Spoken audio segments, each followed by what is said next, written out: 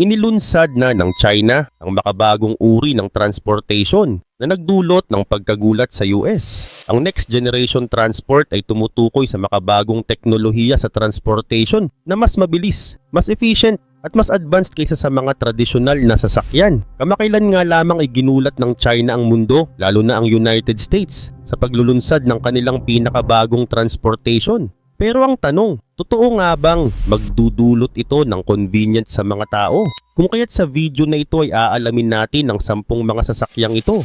Pero bago tayo magsimula ay baka pwedeng paki-like at subscribe ng video na ito.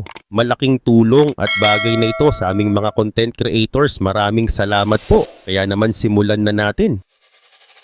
Number 1, CR450 High-Speed Train. Ang CR450 ay isang bagong high-speed train na ginawa ng China. Inilunsad ito noong December 29, 2024 sa Beijing bilang bahagi ng pagpapaganda ng transportation sa bansa. Ang tren na ito ay kaya ng 400 km per hour sa normal na takbo at umabot ng 450 km per hour sa testing. Dahil dito, ito na ngayon ang pinakamabilis na bullet train sa buong mundo. Samantala, nagsimula naman ang proyekto ng CR450 noong 2020 upang gawing mas mabilis at moderno ang mga tren sa China. At noong June 28, 2023 ay sinubukan ang unang prototype sa Fuzhou Xiamen High-Speed Railway.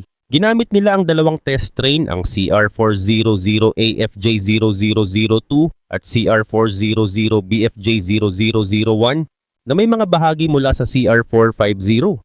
Sa pagsubok ay umabot ang tren sa bilis na 453 kilometers bawat oras na siyang pinakamabilis na speed na naitala para sa dalawang tren na magkasalubong sa parehong railway.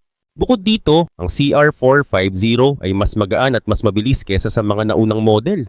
Ginawa ito gamit ang aluminum, carbon fiber at glass fiber. Kaya 10% na mas magaan ito at may 22% na mas mababang air resistance kaysa sa lumang version. Sa loob naman ay mas malawak ang mga pinto para madaling makapasok at makalabas ang mga pasahero. May espesyal ding disenyo ang harapan ng tren upang mapanatili ang bilis nito kahit may hangin na humaharang. Ang CR450 ay gumagamit din ng Permanent Magnet Synchronous Motor o PMSM na nagbibigay ng mas malakas na power at mas matipid sa kuryente. Kinokolekta nito ang 25 kV 50 Hz alternating current electricity mula sa overhead wires gamit ang pantograph. Ito rin ang ginagamit sa buong China Railway Network. Dagdag pa rito, mas pinaganda rin ang mga gulong at suspension system para mas maayos at komportableng biyahe. Mayroon itong aerodynamic side skirts na nakakatulong upang bumaba ang ingay at alog ng tren habang mabilis itong tumatakbo. Para naman sa mga pasahero, may 4 na klase ng upuan sa CR450. Ang second class ay may 482 na upuan na nakaayos sa 2-to-3 layout. Ang first class naman ay may 28 na upuan nakaayos sa 2-to-2 layout gawa sa leather at may mas malaking legroom.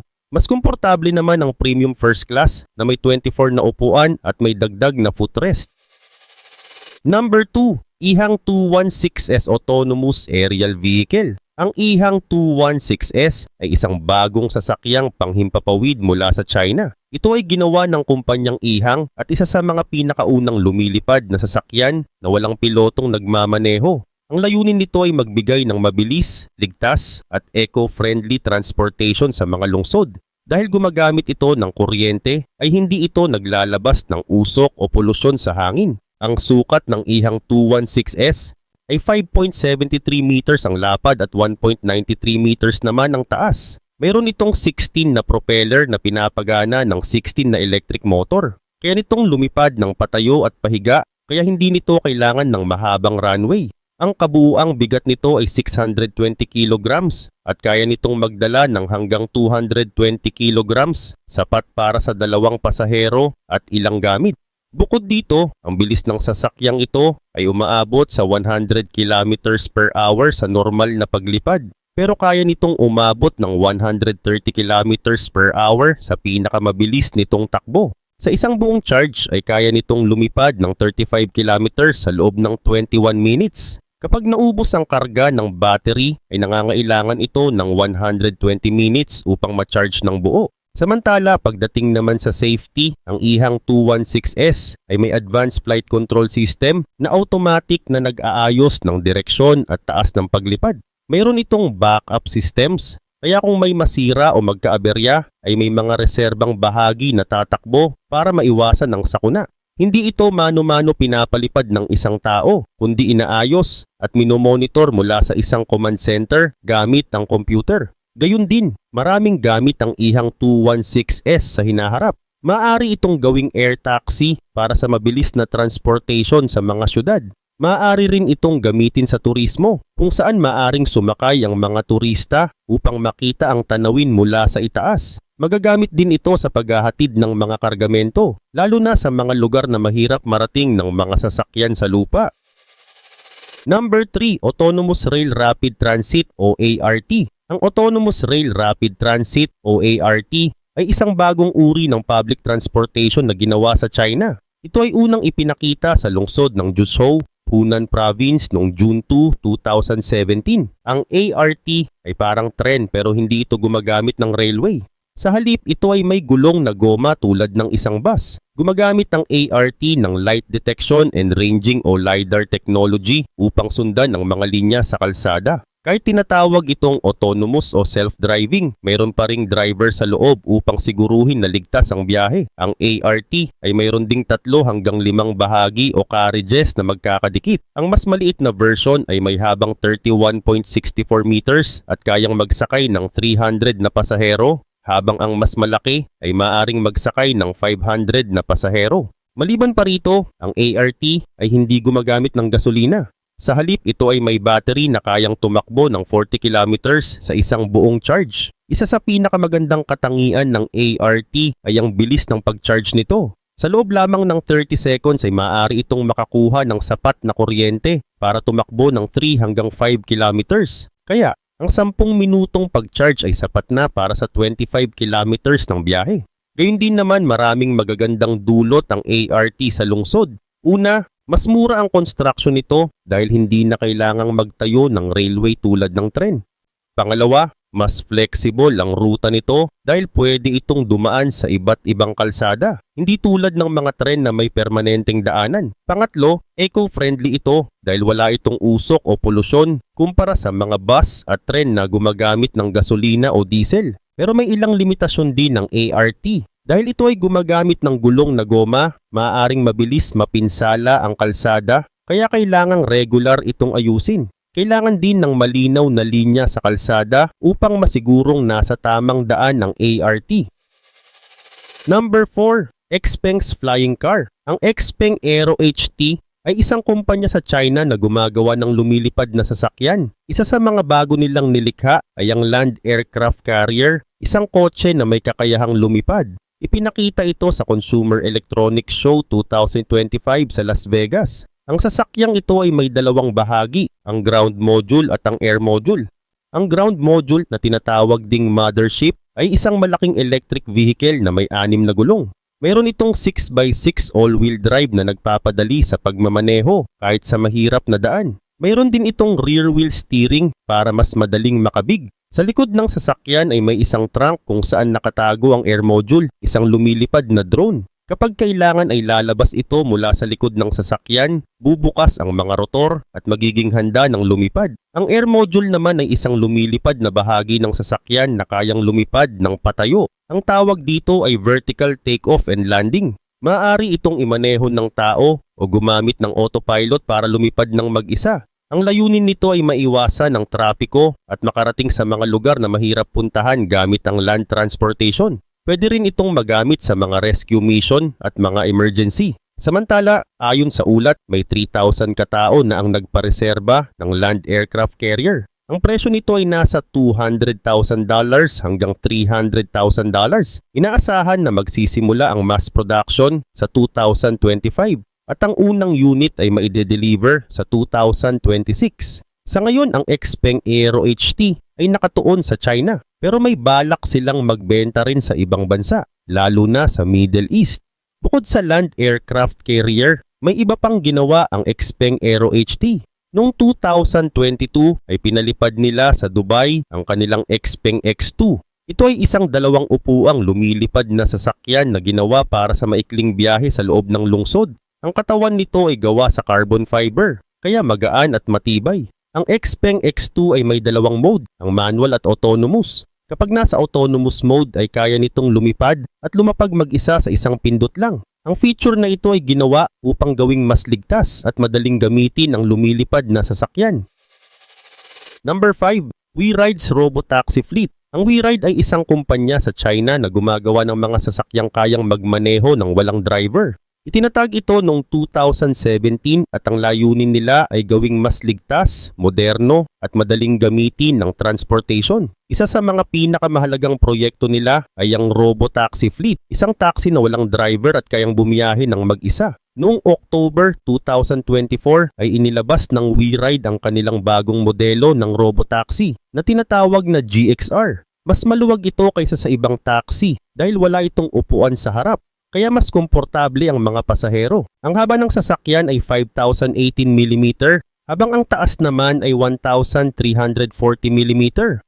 Mayroon itong higit sa 20 sensors kasama ang LiDAR at high-definition cameras na tumutulong para makita ang paligid ng malinaw. Kayang makita ng sensors ang mga bagay hanggang 200 meters sa harapan, kaya mas ligtas ito sa kalsada. Bukod dito, may malakas itong AI computing power na kayang magproseso ng impormasyon ng mabilis upang maiwasan ang aksidente. Samantala, hindi lang robotaxi ang ginagawa ng WeRide. Gumawa rin sila ng RoboVan, isang delivery van na kayang magmaneho ng mag-isa. Kasama nilang ginawa ito ng JMC Ford Motors at ginagamit ito para maghatid ng mga produkto sa lungsod. Malaki ang capacity nito sa kargamento at kayang magmaneho sa masikip na kalsada ng walang problema. Bukod dito, gumawa rin sila ng RoboBus, isang maliit na driverless minibus na ginagamit bilang public transportation. Wala itong manibela at upuan para sa driver kaya mas marami ang kasiya sa loob. Ang bilis nito ay 40 kilometers per hour at kayang tumakbo ng 200 kilometers sa isang buong charge ng battery. Ang RoboBus ay ginagamit sa mga lungsod na nangangailangan ng mas maayos at modernong transportation. Sa ngayon, ang WeRide ay may operasyon na sa mahigit 30 na lungsod sa 9 na bansa tulad ng China, United States, UAE at Singapore. Sila ang kauna-unahang kumpanya na may permit para sa ganitong klase ng sasakyan sa maraming bansa. Ang kanilang mga self-driving na sasakyan ay nagamit na ng higit sa 1,900 na araw ng walang malaking aksidente. Number 6. NIO ET9 Electric Sedan. Ang NIO ET9 ay isang bagong electric sedan mula sa kumpanyang NIO sa China. Inilabas ito noong December 2024 sa isang malaking event sa Guangzhou. Isa itong makabagong sasakyan na puno ng advanced technology. Ang presyo nito ay nagsisimula sa $108,000. Mayroon ding special edition na nagkakahalaga ng 818 renminbi. Ang mga unang unit ng sasakyan ay ipapadala sa mga may-ari sa March 2025. Ang laki ng NIO ET9 ay nagbibigay ng mas maluwag na espasyo sa loob. May haba itong 5,325mm, lapad na 2017mm at taas na 1,621. Ang wheelbase nito ay 3,350 na tumutulong para maging mas matatag ito sa kalsada. Dahil sa laki nito ay mas komportable ang biyahe at may sapat na espasyo para sa mga pasahero. Ang sasakyang ito ay may dalawang electric motors. Ang isa ay may 180 kW na lakas sa harap at ang isa naman ay may 340 kW sa likod. Dahil dito ay may kabuuang 520 horsepower ang lakas nito. Sa sobrang bilis ay kaya nitong umabot mula 0 hanggang 100 km per hour sa loob lamang ng 4.3 seconds. Isa ito sa mga pinakamabilis na electric sedan sa merkado. Kaugnay pa nito, malakas din ang battery ng ET9. Mayroon itong 100 kWh battery na kayang tumakbo ng hanggang 650 km sa isang buong charge. Isa sa pinakamalaking feature nito ay ang 900 volt charging system. Dahil dito ay napakabilis nitong mag-charge. Sa loob lang ng 5 minutes ay pwede na itong makakuha ng dagdag na 158 miles ng biyahe. Dahil dito hindi na kailangang maghintay ng matagal para makapag-charge. Karagdagan pa rito, ang NIO ET9 ay isang smart car na may advanced autonomous driving system. Mayroon itong 31 sensors kabilang ang 3 LiDAR units para makita ang paligid ng sasakyan. Tinutulungan nito ang driver na maiwasan ang aksidente at mas maging ligtas ang biyahe. Ginagamit din nito ang Shenji NX9031 chip, isang makapangyarihang computer system na tumutulong sa mas matalinong pagmamaneho. Mayroon ding espesyal na Skyride Intelligent Chassis System ang ET9. Dahil dito ay mas maayos ang pagtakbo nito sa kahit anong uri ng kalsada. Mayroon itong rear wheel steering na tumutulong para mas madaling lumiko ang kotse. Number 7. Lazaret LMV496. Ang Lazaret LMV496 ay isang kakaibang motorsiklo na may kakayahang lumipad. Ito ay ginawa ng isang French engineer na si Ludovic Lazaret. Ang motorsiklong ito ay may espesyal na disenyo kung saan kaya nitong mag-transform mula sa isang normal na motorsiklo patungo sa isang lumilipad na sasakyan. Sa pamamagitan lamang ng pagpindot ng isang switch ay nagbabago ang posisyon ng mga gulong nito at lumalabas ang 4 na jet turbines na nagbibigay ng lakas upang ito ay lumutang sa ere. Kapag ginagamit bilang ordinaryong motorsiklo, ito ay pinapagana ng isang electric motor na kayang tumakbo ng hanggang 100 kilometers bago maubos ang battery. Subalit kapag ito ay lumilipad, ang 4 na JetCat jet turbines ay umaandar para magbigay ng sapat na lakas na katumbas ng 1,300 horsepower. Ang mga turbines na ito ay gumagamit ng kerosene fuel at kayang panatilihin ang motorsiklo sa himpapawid sa loob ng 10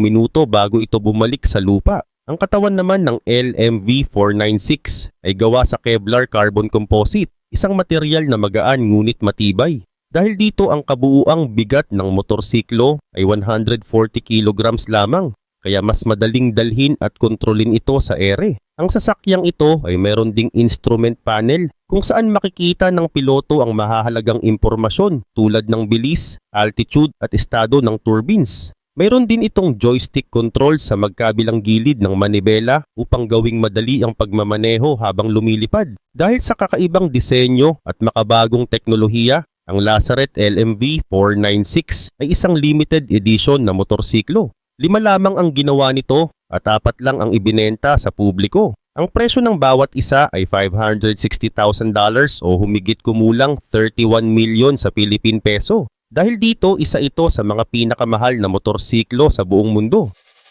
Number 8. Jump Aero JA1. Ang Jump Aero JA1 Pulse ay isang makabagong sasakyang panghimpapawid na ginagamit para sa mabilisang pagresponde sa mga emergencies. Isa itong electric vertical takeoff and landing aircraft na kayang lumipad at lumapag ng patayo.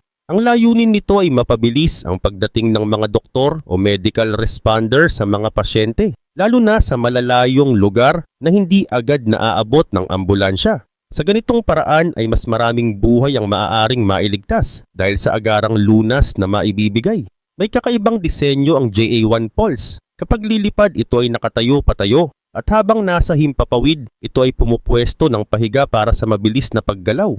Mayroon itong 8 propeller na pinapagana ng 8 battery, kaya kahit may isa o 2 na masira, ay magpapatuloy pa rin ito sa paglipad. Dahil dito ay mas ligtas at maaasahan ito kumpara sa ibang lumilipad na sasakyan. Ang bigat ng JA1 Pulse ay 1,429 kilograms at kaya nitong magdala ng 150 kilograms ng kargamento. Sapat ito para sa isang medical responder at kanilang mga kagamitan. Kayang umabot ng bilis na 463 kilometers per hour. Kaya sa loob lamang ng 8 minuto ay maaari nitong marating ang isang lugar na 50 kilometers ang layo. Dahil dito ay mas mabilis itong makarating kesa sa isang ambulansya sa lupa. Sa oras ng emergencies ay maaaring lumipad ang JA1 Pulse sa loob ng 60 seconds matapos itong i-deploy. Ang isang medic o doktor ang sasakay dito at pupunta sa lugar ng pasyente. Kapag nakarating na ay agad silang magbibigay ng paunang lunas habang naghihintay ng ambulansya o helicopter na magdadala sa pasyente sa ospital. Hindi ito idinisenyo upang dalhin mismo ang pasyente, kundi para magbigay ng agarang medikal na tulong sa lalong madaling panahon. Dagdag pa rito, isa pang kagandahan ng JA1 Pulse ay kaya nitong lumapag sa halos kahit saan. Maaari itong lumapag sa kalsada, parking lot, driveway o kahit sa bakuran ng isang bahay. Mayroon itong malaking bintana sa ilalim, kaya madaling makikita ng piloto kung saan dapat lumapag at mas nagiging ligtas at tiyak ang bawat landing. Napakahalaga naman ng kaligtasan sa JA1 Pulse. Ang mga propeller ay nakaposisyon sa itaas, kaya hindi ito delikado kapag nakalapag. Number 9, Toyota Concept iWalk. Ang Toyota Concept iWalk ay isang maliit na sasakyan na ginawa para sa madaling paglalakbay sa masisikip na lugar. Isa itong 3 gulong na sasakyan na hindi kailangan ng manibela o pedal. Ginawa ito ng Toyota para gawing mas ligtas at mas madali ang paggalaw ng mga tao sa lungsod. Isa sa pinakamagandang feature ng Concept iWalk ay ang automatikong pagmamaneho. Mayroon itong mga sensor at artificial intelligence na kayang basahin ang paligid. Kung may tao o hadlang sa daraanan ay kusa itong titigil o lilihis para maiwasan ang banggaan. Malaki ang maitutulong nito lalo na sa mga matatanda o may kapansanan na nahihirapang maglakad ng malalayong distansya. Madali lang gamitin ang Concept iWalk dahil mababa ang platform nito ay hindi mahirap sumakay at bumaba. Hindi rin kailangan ng espesyal na kasuotan o gamit para magamit ito. Walang manibela dahil sa isang simpleng kontrol lang ito pinapatakbo. Kailangan lang igalaw ang katawan ng bahagya para lumiko o huminto. Dahil sa makitid nitong disenyo ay kaya nitong dumaan sa masisikip na espasyo tulad ng mga eskinita, sidewalk at mga pampublikong lugar na maraming tao. Ang lapad nito ay mas maliit kaysa sa balikat ng tao, kaya hindi ito sagabal sa daanan. Mas maliit ito kaysa sa bisikleta, kaya pwede itong gamitin sa loob ng mga shopping mall, park at airport. Gusto ng Toyota na gawing madali at abot kamay ang ganitong klase ng sasakyan para sa lahat. Kasama ito sa kanilang proyekto na tinatawag na Mobility for All na nagbibigay ng solusyon para sa mga may hirap sa paglalakad. Noong Youth Olympic Games sa Buenos Aires noong 2018 ay ipinakita ng Toyota ang Concept iWalk para ipakilala ito bilang bahagi ng transportasyon sa hinaharap. Bagamat hindi pa ito ibinebenta sa merkado, ipinapakita ng Concept iWalk kung ano ang direksyon ng Toyota sa hinaharap. Pinapakita nito kung paano magiging mas madali at mas ligtas ang paggalaw ng mga tao sa lungsod. Number 10, Honda Moto Compacto. Ang Honda Moto Compacto ay isang maliit na electric scooter na inilabas noong November 2023. Ang kakaibang katangian nito ay pwede itong itiklop, kaya nagiging parang maleta kapag hindi ginagamit. Dahil dito ay madaling bitbitin kahit saan at hindi mahirap itago. Ang bilis nito ay hanggang 15 miles per hour at kaya nitong tumakbo ng 12 miles sa isang full charge. Hindi rin matagal ang pag-charge dahil 3.5 hours lang at puno na ulit ang battery. Gumagamit ito ng 110 VV outlet kaya madaling i-charge sa bahay o opisina. Wala rin itong ingay at usok kaya mas maganda sa kapaligiran kumpara sa mga sasakyang may gasolina. Magaan lang din ang Moto Compacto dahil 41.3 pounds lang ang bigat nito. Maliit din ito kapag natiklop dahil 29.2 inches ang haba, 21.1 inches ang taas at 3.7 inches naman ng lapad. Dahil dito ay kasya ito sa ilalim ng lamesa, likod ng kotse o kahit sa maliit na espasyo. Komportable rin itong gamitin. Mayroon itong malambot na upuan, matibay na foot pegs at timbakan para sa maliliit na gamit. May digital screen rin ito na nagpapakita ng bilis at level ng battery, kaya alam mo kung kailan kailangang mag-charge. Isa pang maganda rito ay pwede mong i-adjust ang ilaw at iba pang settings gamit ang phone app.